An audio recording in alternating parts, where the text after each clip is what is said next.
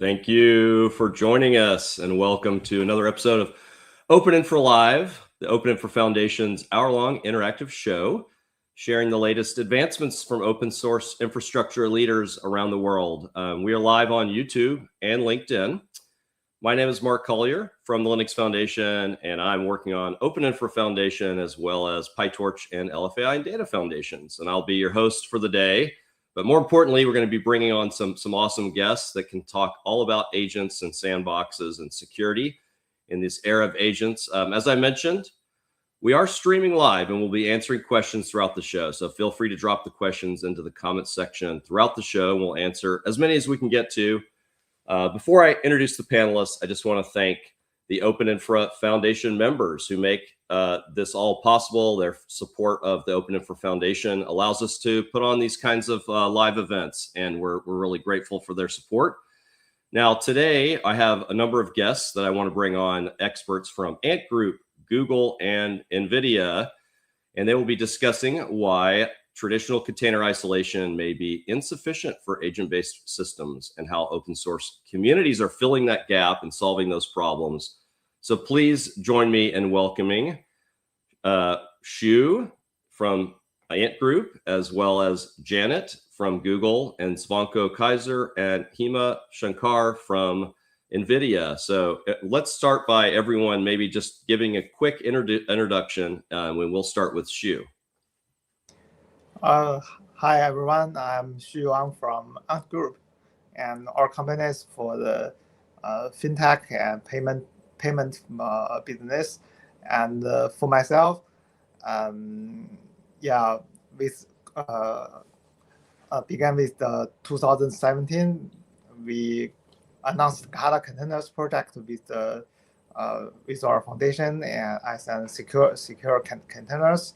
And right now we are working with Kata Containers and Kubernetes to build up an agent sandbox services for our own AI infras. Yeah, thank you.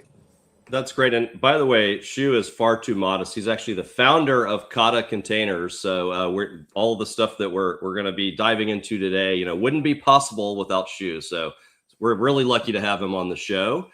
Janet, do you want to go next? Sure. Hi, everyone. I'm Janet. I'm from Google. I'm a Kubernetes maintainer, and I'm currently the lead of SIG-Apps. So in the SIG-Apps, we have a new project called Agent Sandbox, and it supports different runtimes like Kata Container or gvisor, and then you can create your Agent Sandbox on Kubernetes easily with this project. And I'm also leading the effort of AI conformance. So if you are going to KubeCon, I hope to see you there. That's great. Yes, the AI conformance program is a new program within the Cloud Native Computing Foundation and Kubernetes communities, and Janet's been driving a lot of that, and it's a really important program. So definitely come to KubeCon and check that out. Zvonko, why don't you introduce yourself next? Definitely. Hi, everyone. Zvonko Kaiser, part of the Cloud Native team. I'm architect for Kata, confidential containers, and confidential Kubernetes here at NVIDIA. I'm also member and chair of various working groups, and especially now also looking into agent sandboxing and MCP sandboxing as well. That's great. Yeah, MCP is a very hot topic. Maybe we'll get to that later. Hema, why don't you introduce yourself? Morning, everyone. My name is Hema Bonta, part of the NVIDIA's enterprise product group. I'm leading the effort from a product perspective to bring in Kata Containers support and conventional computing support to NVIDIA GPUs. Really excited to be here and have this discussion with you all. Wonderful. Well, welcome everybody. So the first question I wanted to throw out for the group, and anybody can jump in on this one, but what are some of the kind of unique risk profiles when it comes to AI agents compared to traditional microservices or more traditional workloads? Zvonko, I know you'll have an answer. Well, everybody has read about the stories. XYZ deleted my home directory, right? Or XYZ sent an email I didn't want to send out or any other things that happened. The main difference is that if we are comparing it to microservices, that microservices have a static profile. We know what they're doing, right? We know what IO they're going to do, what database they're connecting to, what the workload is essentially going to be doing, right? And they have one purpose and one purpose only. But when you're looking into agents, they have non-deterministic execution paths, right? And then it also depends on the memory that they build up. So depending on what you've done in the past with the agent, it may change the behavior in the future. So this non-deterministic way of how agents are behaving is a problem for most of the people, right?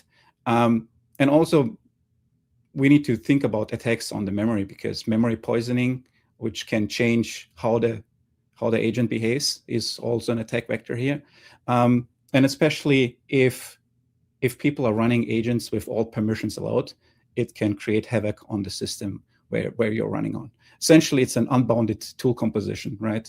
Depending on which access you're giving the agent to your mailbox, to Telegram, to Signal, to your home folder, et cetera, et cetera.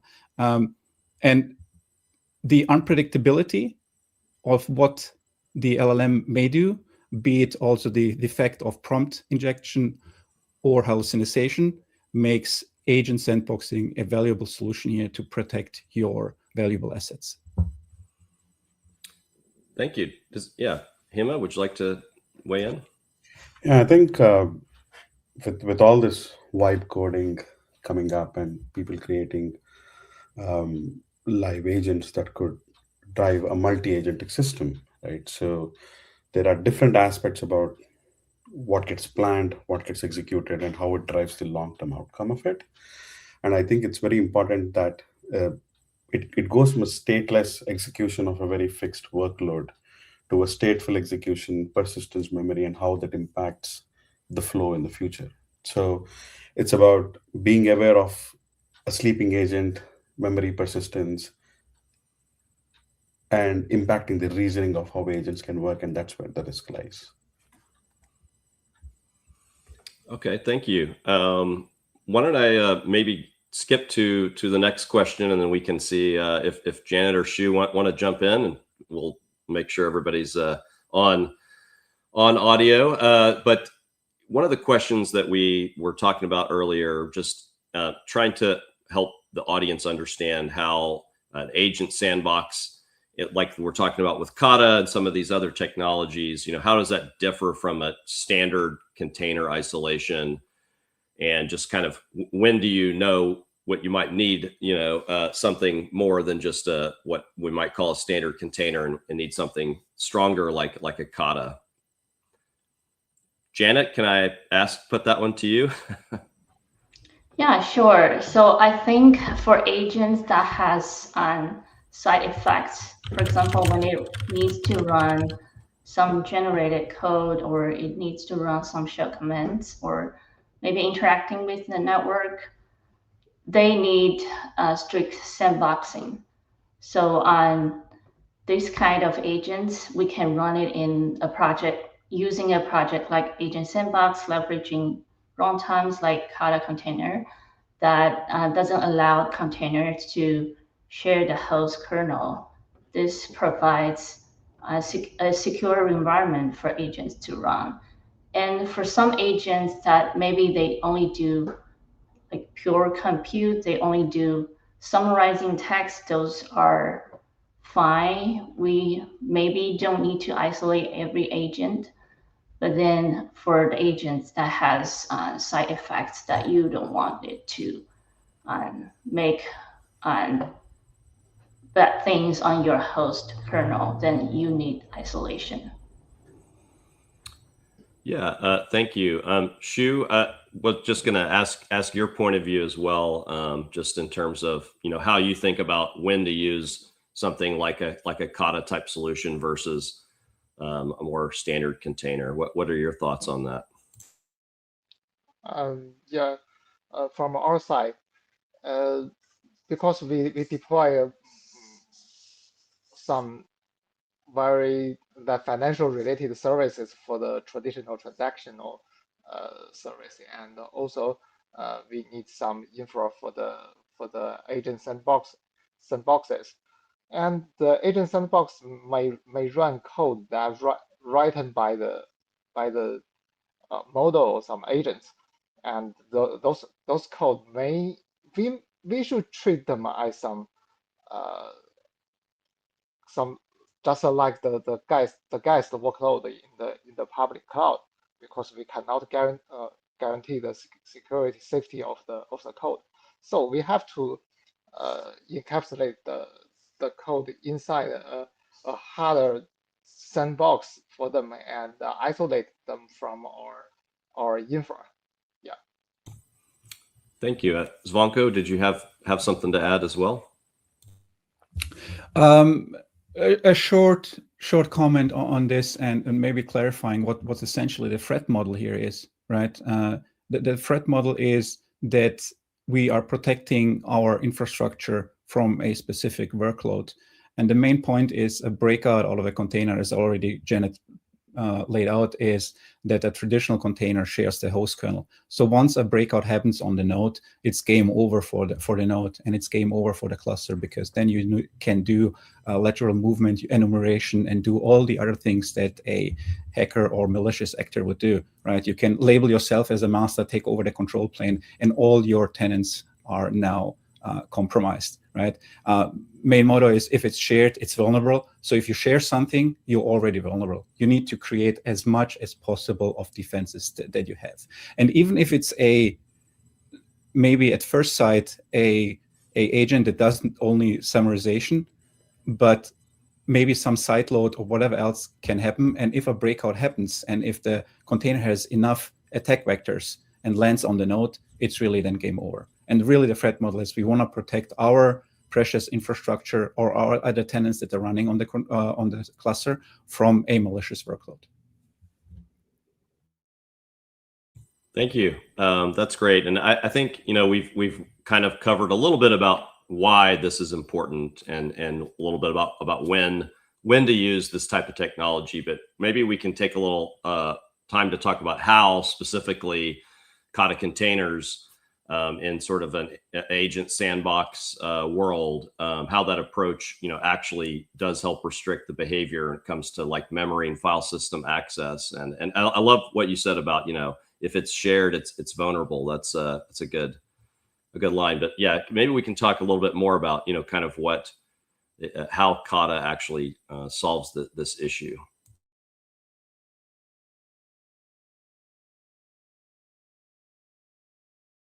Shu, maybe I can throw that one to you, because I know you're very close to the technology and has built a lot of it. Yeah, because we run the code inside a virtualized containers that is like a virtual machine. So we don't need to worry about the code if there are some bugs or something vulnerable code that may escape the sandbox. Also, if there are some bugs in the code, maybe they consume too much resources, and maybe cost the OM, but it will just be isolated in the sandboxes, but and not escape, not affect other workload on the node. Yeah. Thank you. And Hima, do you want to add something on this topic as well? Yeah, I think the main advantage is the isolation of memory and what you can run on the host. When you run multiple agents on the host, and the beauty of Kata-based sandboxing is that you get the memory isolation per individual agent. So the aspect of any memory exposure east-west, or how agents can compromise anything else that is running on the host, the Kata cuts down that vulnerability significantly, and the aspect of zero persistence, basically. So the way I think about agents is like a short-lived deploy, execute, kill, loop sort of thing. So with Kata, what you can do is you can allocate a memory, run the agent, kill and clean once the Kata VM is killed. So it kind of goes towards a zero persistent model where you're not leaving anything behind on the memory for another agent to pick up. So you cannot build into a rogue tendency or insert something that can, in the long term, change the behavior of the host or impact the other workloads, other agents on the node.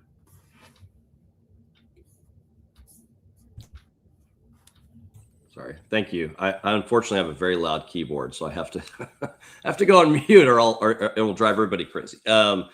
So yeah, that's great insight, and I think maybe you talked about memory, and I was wondering when we think about agents, kind of what is the right level of privilege and access that you would give an AI agent?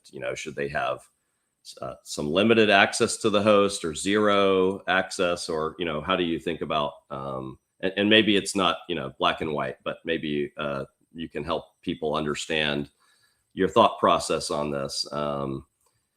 Janet, can I call on you for this one? Sure. So I think that the agent should have zero host visibility, and then because an agent can be running code and the code can be untrusted, you don't know what the agent will be doing. So I think the agents need runtime guardrails. And then so for example, in the agent sandbox project, in addition to using the runtime like Kata, we also use strict network policies so that the agent cannot they can only access the public internet for things like downloading packages or hit some external APIs, but we block access to the internal cluster services for to make it safer. Thank you. Would anyone else like to jump in on this one before we? Yeah, Swanko, please. My point is, run if you're the owner of the infrastructure and then you don't know what workload you're going to run, you need to run it sandbox, because you never know what workload, if it's untrusted, is going to be run on your infrastructure. And we all remember the XZ backdoor that almost happened quite some time ago, right? You cannot control everything from the supply chain, from what's going to be executed, what's going to be side loaded. Even if the LLM is just doing some text summarization, it could do something through memory poisoning, through prompt injection, or side loading of other things. So I would say, independent of agent MCP, every workload that's running on infrastructure and you do not trust 100%, and there's never 100% trust, you should run it sandboxed.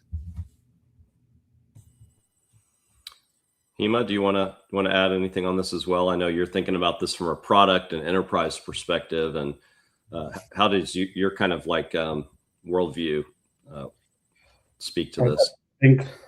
I think zero host access is a starting position, and then a policy that can kind of audit, proxy how the agent behaves, right? And a control layer that sits above the agent that can guard the interaction between the host resources, API resources, is something very, very critical in terms of controlling the agentic behavior, because whether the code that is running inside the agent, no matter what the complexity of it is, whether it is trusted, untrusted, AI native, I think putting it in the standard zero tolerance, zero security posture is important to start with, right? And then expand the capabilities based on how it behaves and what its roles and responsibilities are to some extent.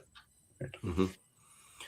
Yeah, I mean that actually kind of flows into my next question, which is when we think about kind of capturing logs and activity traces and telemetry and sort of I guess observability in general, how is that changing in this world? And as we want to have audit traces and logs that we can go back and understand the behavior, does that actually add another risk as well, that depending on what we're storing, how do we think about kind of the layers here as we sort of make systems more autonomous, right? I guess that's the general overall point here, is that the risks really grow. We need these isolations, but thinking about kind of the logs and sort of the, I guess you could say, behavior, observing the behavior and going back and looking at what you've captured before. How do you all think about that part of the situation?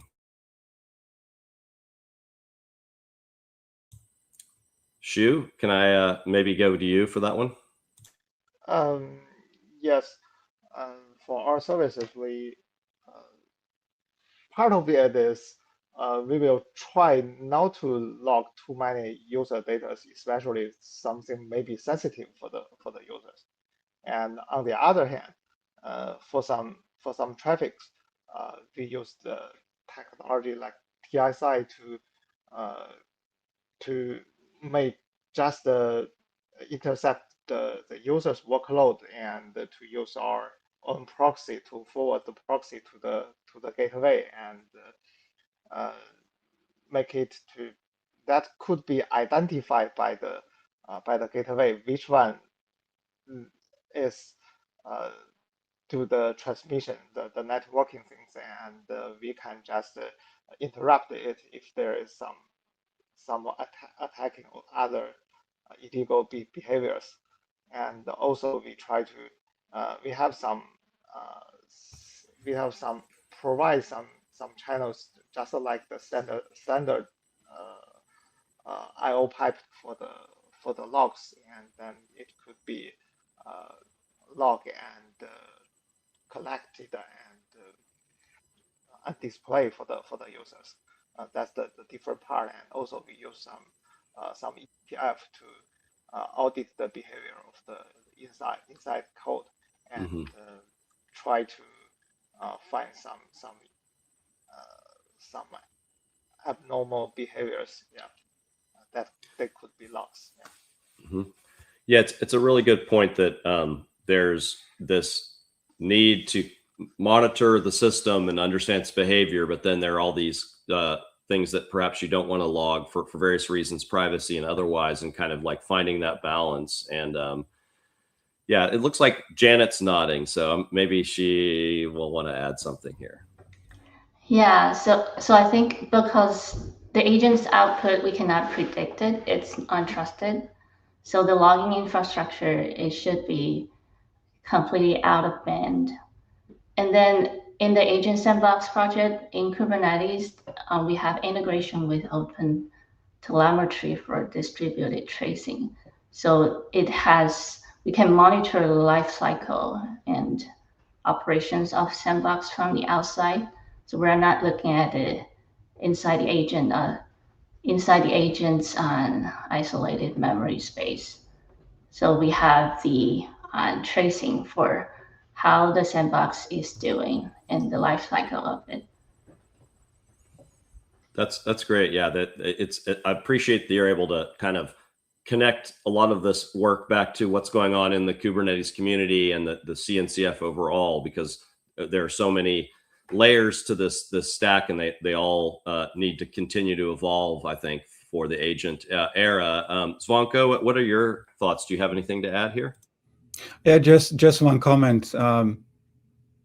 Can we really rely that the agent that's running in a sandbox is truthfully exposing the information, what it sees really doing, right? Any telemetry, any logging that you're getting, you are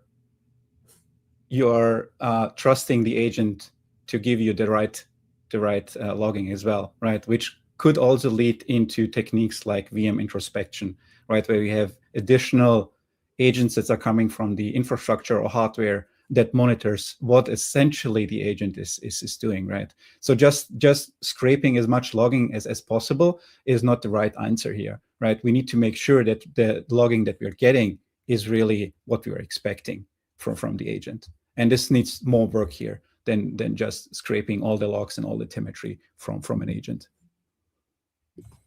And Mark, I think when you look at auditability and responsibility, let's say you have an agent that's running, you have an incident that happens.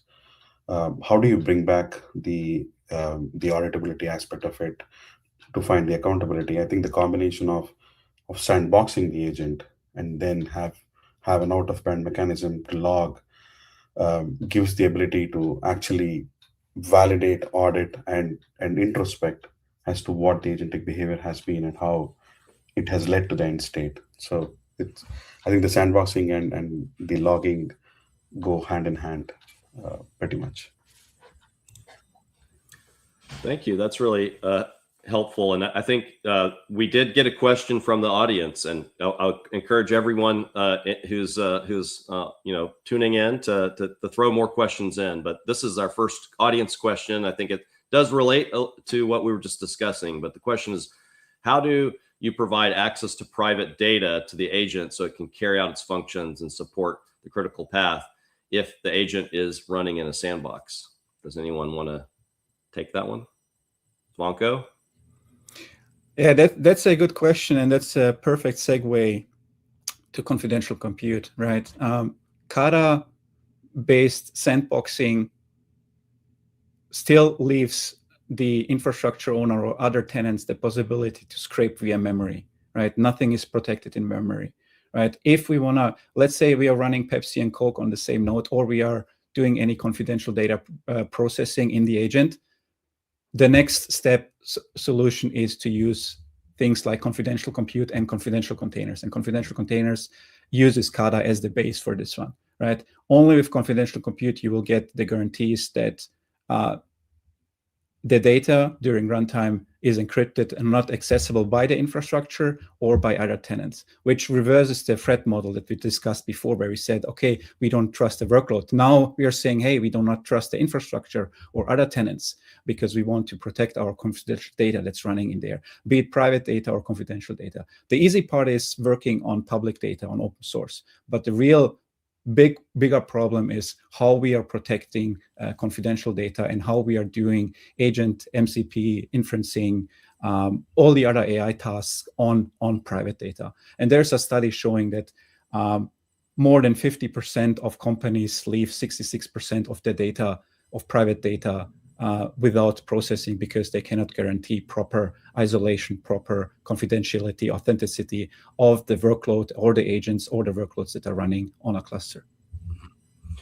Yeah, that stat is really interesting. I think particularly we know that data is essentially the fuel for AI. It's how we get any sort of insights, how we do training. It's how we do inference, how we get sort of any value. But the fact that so much of the data is kind of like locked away is for good reason, but also kind of a barrier to some of this accelerating innovation. And I was going to ask Shu to kind of expound on this point as well, because we know that Kata Containers is part of a confidential computing kind of solution, but it's not the whole part. And sort of maybe help the audience understand maybe the difference or how the concepts relate between Kata Containers and this kind of area overall that we call confidential computing. Can you expound on that a little bit, Shu? Yeah. When we began the Kata Containers project, it's just like the public cloud. Is to the sandbox itself is try to protect the infrastructures. Then if it prevents someone to attack their neighbors, the other workloads. Yeah, but when we introduced the confidential computing ideas, I try to protect the user application itself from the infrastructure. That means even the infrastructure have the access of the whole house, so they cannot access the data inside the confidential containers. It includes the encryption of the memory and also the encryption of the transmission and also the part of the storage, and make it confidential to not only to the other users to outside, but also to the infrastructure itself. It's the data is only for the user, but and it's invisible for the infra. Yeah. Mm-hmm. Thank you. Yeah, I think that's helpful. And I don't know, Janet, if you want to speak to this topic at all, but I'm not sure what the confidential computing approach is that you're working on at Google. If you can speak to that at all. Yeah, so I don't directly work on confidential compute, but we did discuss that as part of the AI conformance program, because we are thinking about what kind of challenges that people are facing when running AI workloads on Kubernetes. So this is one of the things that people care about. Yeah, that's great. And I want to actually come back to the AI conformance program in a minute. But before we leave this topic, I wanted to see if what Hema wanted to add here on this topic. I think the combination of so confidential computing is all about protecting your privacy, protecting your data in use, and the fact that you have isolation coming from Kata and encryption of memory by the native TE support, right, is what helps to drive that use case forward. And to Zwanko's point earlier about the amount of private data that is still untapped, right? We see a lot of interest from model providers to actually look at ways to get to that data, right? So the aspect of bringing confidential computing and models to where the data is, whether it is on enterprises, whether it is on-prem, is actually a major driver to extend the AI capabilities. So I think the combination of isolation, the combination of isolation from Kata, the combination of security posture provided by confidential computing, and the private data is something that has got a lot of prospect, especially in terms of where the agentic AI and the AI world is tending towards. Thank you. That's great. And I wanted to just continue to talk to the audience a little bit here. We actually got another follow-up question that was directed at Zwanko specifically, which is that should the logs be verified computationally to validate agent behavior? Should there be a new agent-to-agent protocol for verification? The host agent allows only good guessed agents if they prove their operational integrity. So good question from the audience. Do you want to take that, Zwanko? Yes, I can take this.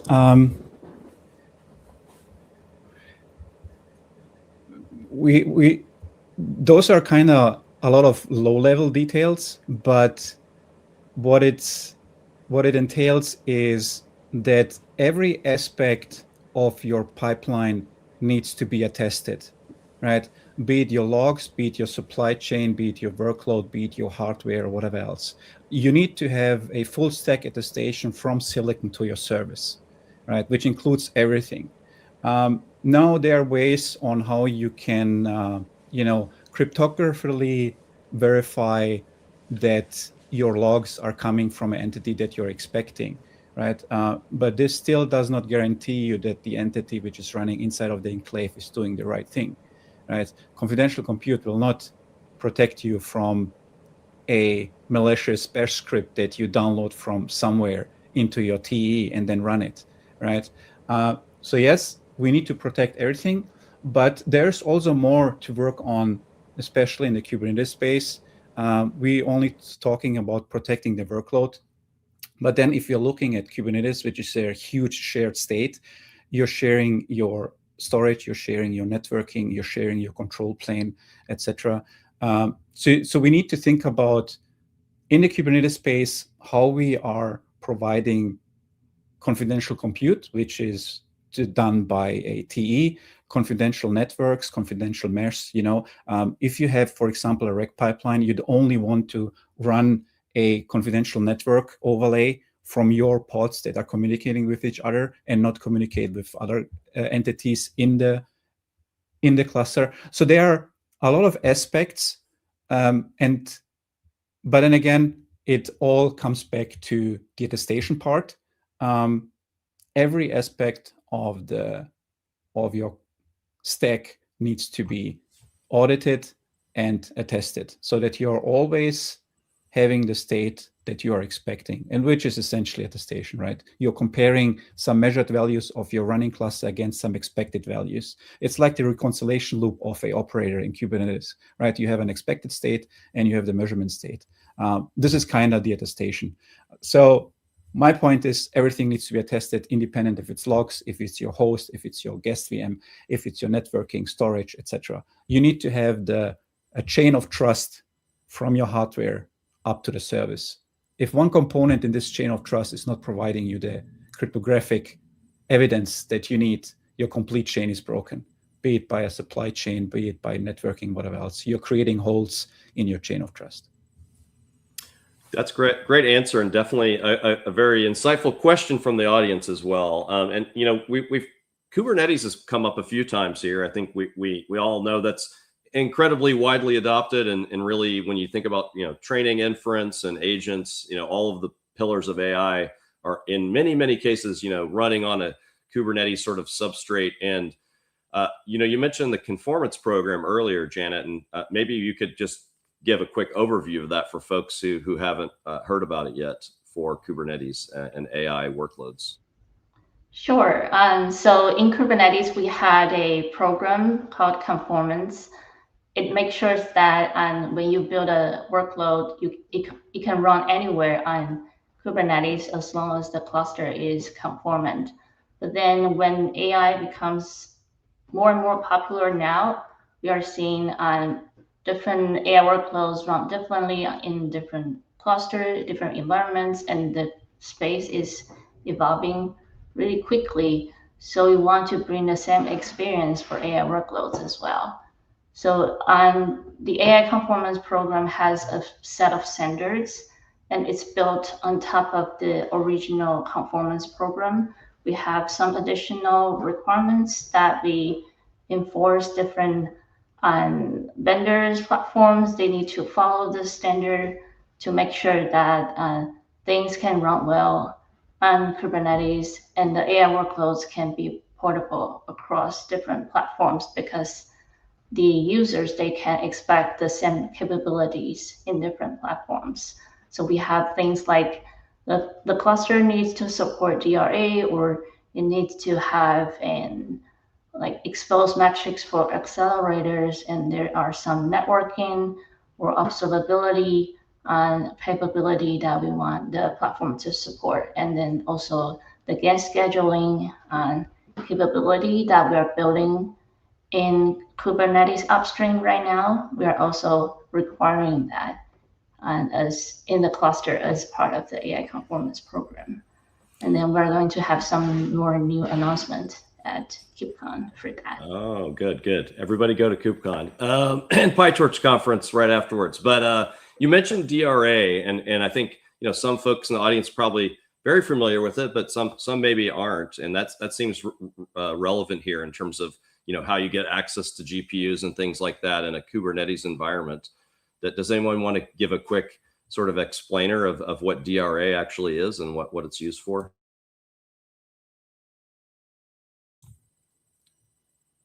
Zvonko, I know that you know all about DRA.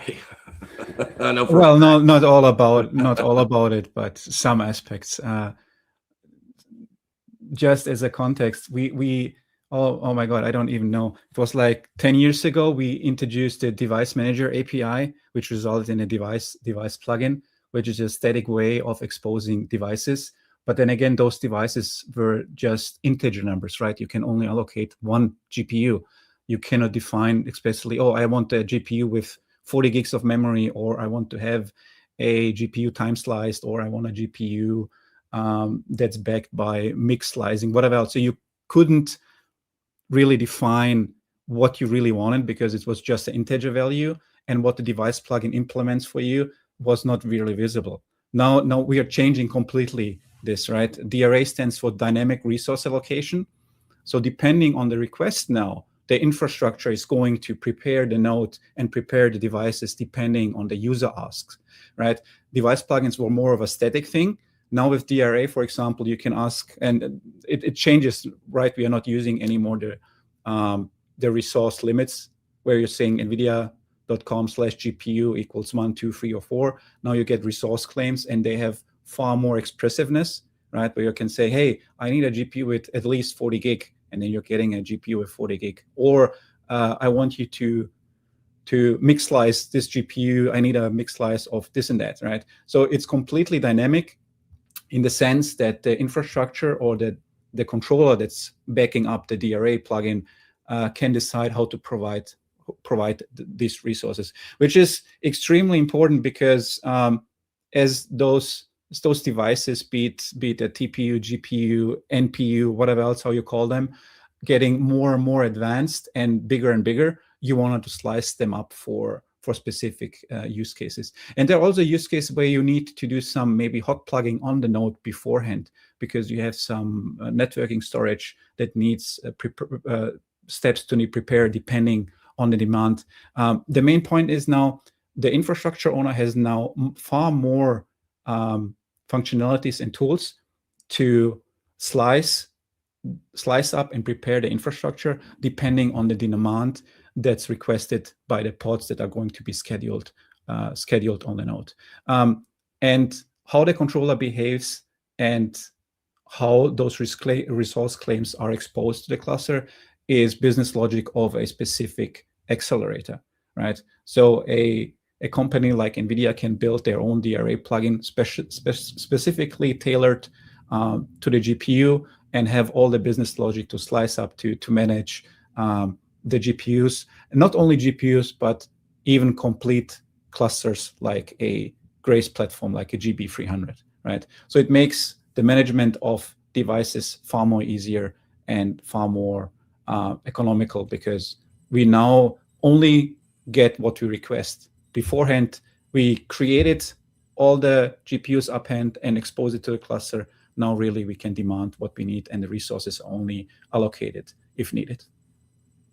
The hard part is actually getting your hands on a GB300 because everybody in the world is wants one, but we can't solve that through software. But no, yeah, they're in high demand. We do a lot of testing of PyTorch with all the different accelerators out there. We're not going to go all the way down into PyTorch, but it's definitely important to have this programmatic access to different types of accelerators and to be able to kind of allow the workload or somewhere in the stack to sort of like be able to express that and request that and provision that for the type of environment you need. So it's thanks for the deep dive on that. I think we have a few other questions from the audience. So one of the questions was, what do you use or recommend for data classification and tagging? I'm not sure if I fully understand that question, but hopefully one of you can see where this is going. Shu, do you have a thought on this? And how do you do data classification and tagging? Yeah, maybe next one could. Sure. Yeah, I'm not sure if how that relates directly back to. Well, I can make a comment on this one. Yeah, right? please. This is one part of the AI ML pipeline, right? This is data preparation. It does not really relate to the topic that we are talking here because agent sandboxes have a pre-trained, pre-classified, fine-tuned model, right? So that's the execution state, what we are talking here about with agent sandboxes. I don't think we have any expert on here for the data preparation step on this one. So I don't think we can give a proper answer on this one. Sure. Okay, thanks. Yeah, so kind of getting back to, agents and security, when we think about the way that sandboxing interacts with the GPU workloads, probably can't, get into every detail on it, but, is there GPU memory leakage between agents that is a risk that you need to think about, and how do you prevent that sort of thing? I think you both touched a little bit on memory earlier, Zvonko and Hema. So, but if you want to come back on that would be great. Yeah, independent of the device, right? You always need to do some sanitization, and the sanitization between handing over from one tenant to the other. Has several steps, right? It depends on the hardware, depends on the type of hardware, etc. So you always need to have some sanitization, be it a CPU or the complete host, or a GPU, right? If you are doing the right sanitization steps, you get a clean state of a GPU or a CPU or another node. For example, if you allocate a node from a CSP, you do your workload, right, and then the VM is thrown away, and there's some extensive sanitization done on the CSP level, right? The same, you need those countermeasures on-prem as well, right? You need to do some sanitization. And one step to improve the performance or the time between handover from one tenant to the other is also attestation, right? The more attestation you can do, the less sanitization you need to do, right? If you can prove for attestation, okay, my firmware didn't change. There's no rootkit in my firmware. I don't have any kernel rootkit. I don't have any rootkits in my operating system. I don't have any user space rootkits, et cetera, et cetera. So the more you can attest of your running hardware, the less you need to do sanitization. But as you can imagine, the GPUs have things like resets between tenant handover, which is already done by the VFIO substack, right? So you don't need to worry about this one. But they are, depending on the hardware, you need to do more steps. So it all relates to, depending on the hardware, more steps to be done on some hardware, less steps done on other hardware. So it really depends on what you're using. But there's always some sanitization steps involved when handing over one hardware to the other. So what I keep hearing is attestation, attestation, attestation. That's the most important thing. But of many different points. Hema, do you want to weigh in on this before I kind of go to our final question? I think going to what Zvonko said, the ability that sandboxing provides us, which is marking is a separate memory boundary, right? Especially when Zvonko says attestation, I hear contextual computing there, because it's about how you can isolate memory, have a Kata VM based boundary for that, and then the sanitization, you get a better handle at it every time you spin up a workload and spin off a workload. And the fact that you're attesting at the beginning of the workload when you deploy it, especially with convolutional computing, it gives you the ability to ensure that you're at the right state and in a scrubbed memory state. And I think from a memory perspective, when the GPUs are in convolutional computing mode, you actually have an encrypted memory channel between CPU and GPU. So it adds to the layer of protection. It ties into how you scrub the memory and how you attest. So it's a predictable workflow. But I think that's where the focus should be. And we do a lot of work in terms of how we reset GPUs, clean up the state, clean up the memory between workloads. So I think the flow of attestation isolation in CC specifically helps this aspect. Thank you. Well, I wanted to ask each of you the same question, really, here, kind of as we're wrapping up, which is really when you think about open source communities, we're all active in many open source communities. This is what we do as a foundation, whether it's PyTorch Foundation, CNCF, Open Infra, LFAI and data. We have a lot of communities and events and so many different projects we're working on. But what can, as an open source community, do we need to be thinking about and sort of prioritizing in order to make sure that we address this very, very fast moving space of agents? And I wanted to start with Shu and ask you first, kind of, what projects and communities do you think we need to be thinking about, and what do we need to be focusing on as an open source community, or communities, really? Yeah. I think there's two parts of this. One thing is about the workload. Right now we have complexer agents for the AI workload, such as the popular OpenClaw and something else, and they can do sophisticated works inside the sandbox, and we have to enhance the security and isolation for those workloads, and so we should develop the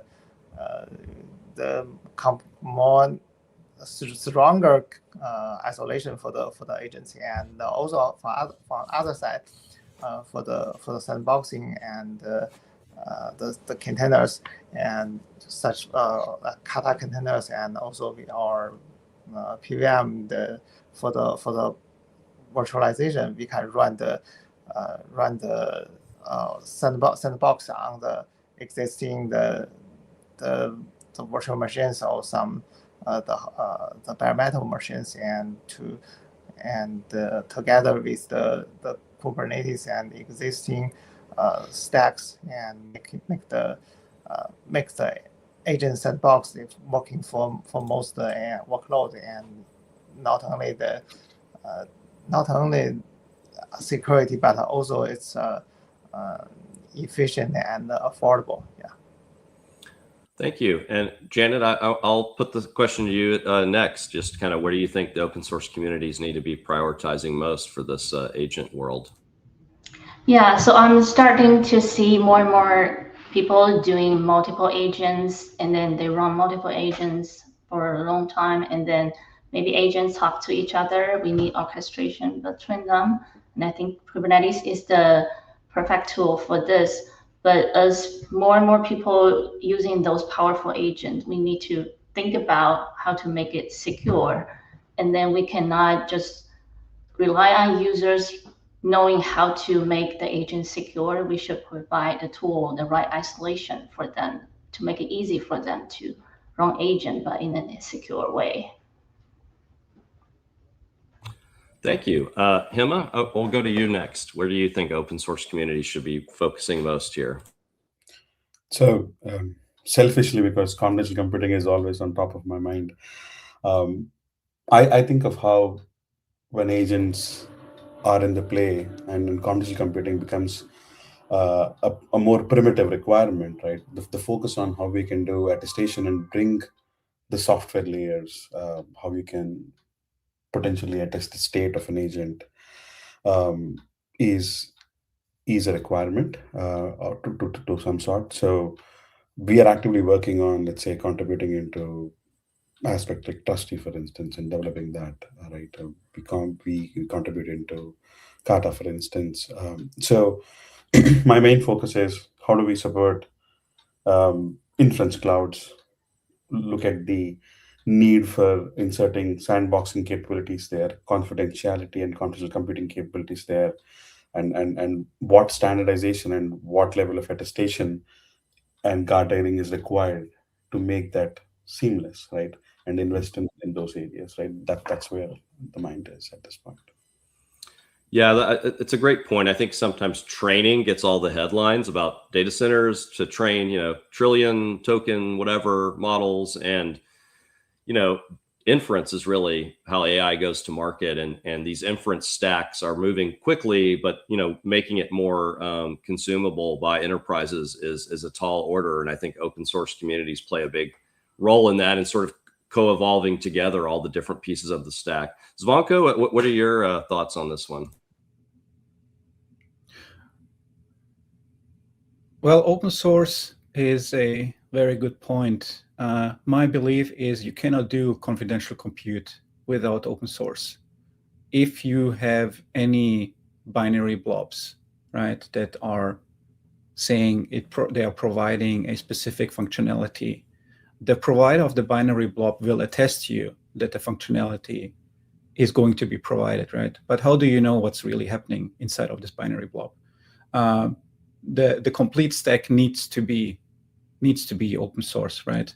I'm not saying I'm biased by just being the architecture committee of Kata and the technical steering committee of confidential containers, but I believe this is one of the ways to go, how to do the lift and shift from traditional container runtimes and make confidential compute and Kata a prime citizen in Kubernetes. And as I said before, this is not a specific task just by one project. We need to take a look at the complete stack, especially on the Kubernetes layer, right? And then we have all the proprietary models. Do we want to focus on proprietary models, or do we want to focus on open source models, right? Mm-hmm. So that we know what's happening. The other aspect is, right, even if it's open source, you need reproducible builds.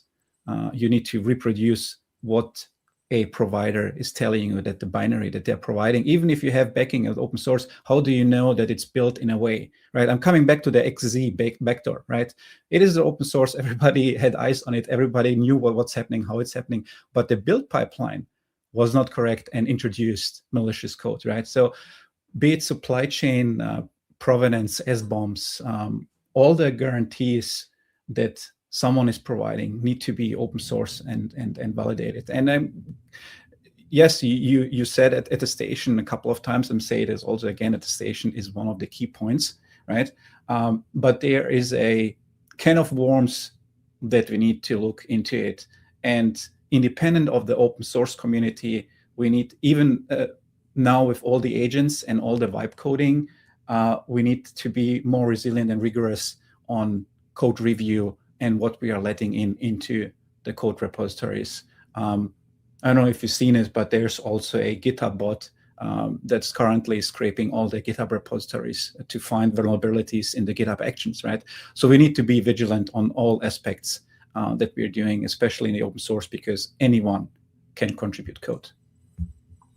Yeah, well, I think you really hit the nail on the head when you said we actually cannot do confidential computing without open source, and I think a lot about how a lot of the problems we're trying to solve, these incredible, complex, massive scale problems that affect everyone in the world, like we actually cannot solve them without open source. It's actually not just a better way to solve it, but in some cases it's literally the only way to solve it. And of course, I'm biased as well, but I really do believe that's the case. And thank you all so much. I think we're going to drop info in the chat. People can find out where to find you online. If you're on X or LinkedIn or wherever you are, WeChat in the world, we want to make sure people can follow up with all of you. And I just want to thank everyone so much who tuned in, but especially our guests. I think we really got into some good conversations today about the pieces of open source that are necessary to secure agents, and especially talking a lot about Kata and Kubernetes and these different pieces that are evolving quickly. And we're very lucky to have all of you. So thank you all for joining, and thanks everyone who tuned in. And we will see you again on another episode of Open Infra Live, coming to you soon. Thank you very much. Hope you have a good time with Open Infra.